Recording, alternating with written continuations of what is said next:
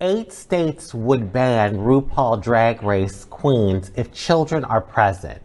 Republican state lawmakers want to shield children by closing the curtain on drag performances.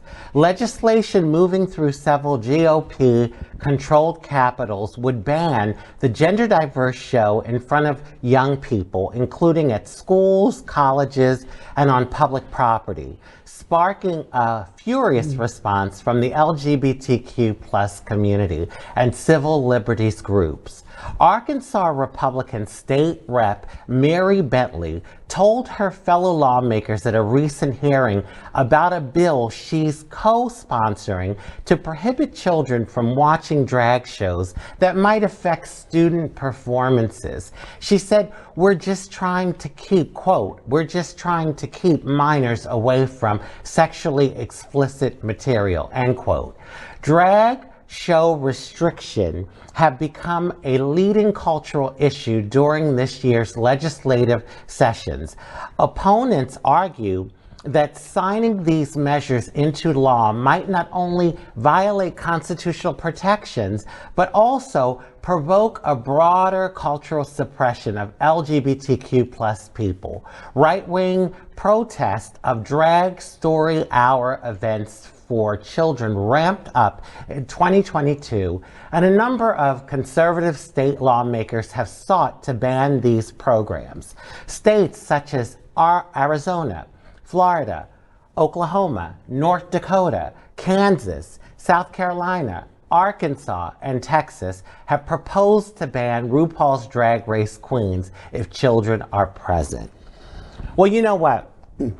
We've just become the political wedge. We're the scare tactic to the very conservative Americans, and that's what they're using. So whether it's drag shows or the trans community, anything, we're the ones now that are being used, and it's scary. I mean, I don't know. Listen, I can only be me, and I'm going to be here regardless, but it's like we fought so hard to get the little bit of rights that we finally got.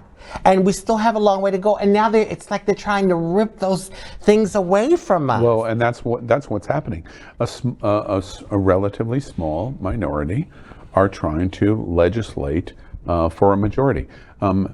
Just for everyone that's a fan of RuPaul's Drag Race, you know, RuPaul's Drag Race started in 2010, I believe, you know, and I have some experience with this.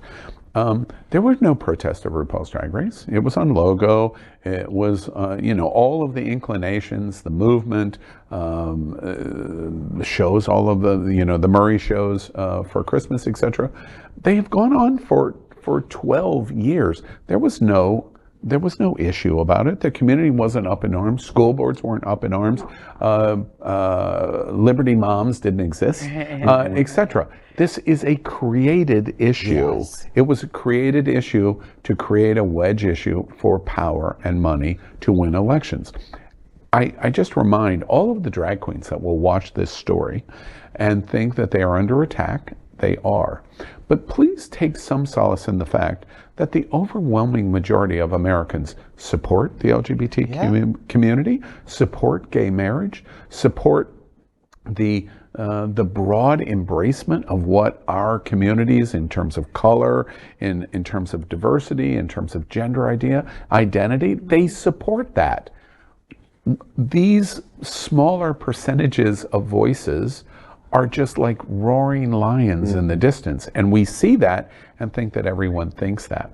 Everyone does not think that. I had an observation after watching the Grammys that celebrated 50 years of hip hop, and we got to see, I thought about Tipper Gore coming out against rap music and saying it was going to ruin children. Right. And as I was watching it, I was thinking, half of the people on the stage are on a CBS procedural show, the most family-friendly network that we have of the 3 major networks, including Queen Latifah, who was, you know, a militant black woman when I was in college, LL Cool J, J, Ice-T, they were all on stage. And then we got to see Sam Smith, and I thought, oh, here come the villains. Because the rap community now, it was like, they were the family-friendly portion of the show. Right. And it's like almost the same type of attacks we're seeing against rap and the black community that happened, that they were going to ruin children. I remember growing up and the explicit lyrics on albums. We want to put explicit lyrics or explicit content on drag shows. It's very, very similar. I was texting my friend, I said, somebody better call up Tipper Gore to see if they can get her out after this Sam Smith performance. Right. And the next day, what did we see? We saw Ted Cruz posting about Sam Smith and Satan and all of these other things. And I said, exactly as Madonna said, if you're not pushing buttons, you're not doing the right thing. You're not doing your job. Yeah, it was like so methodical how it all happened. Yeah. Right.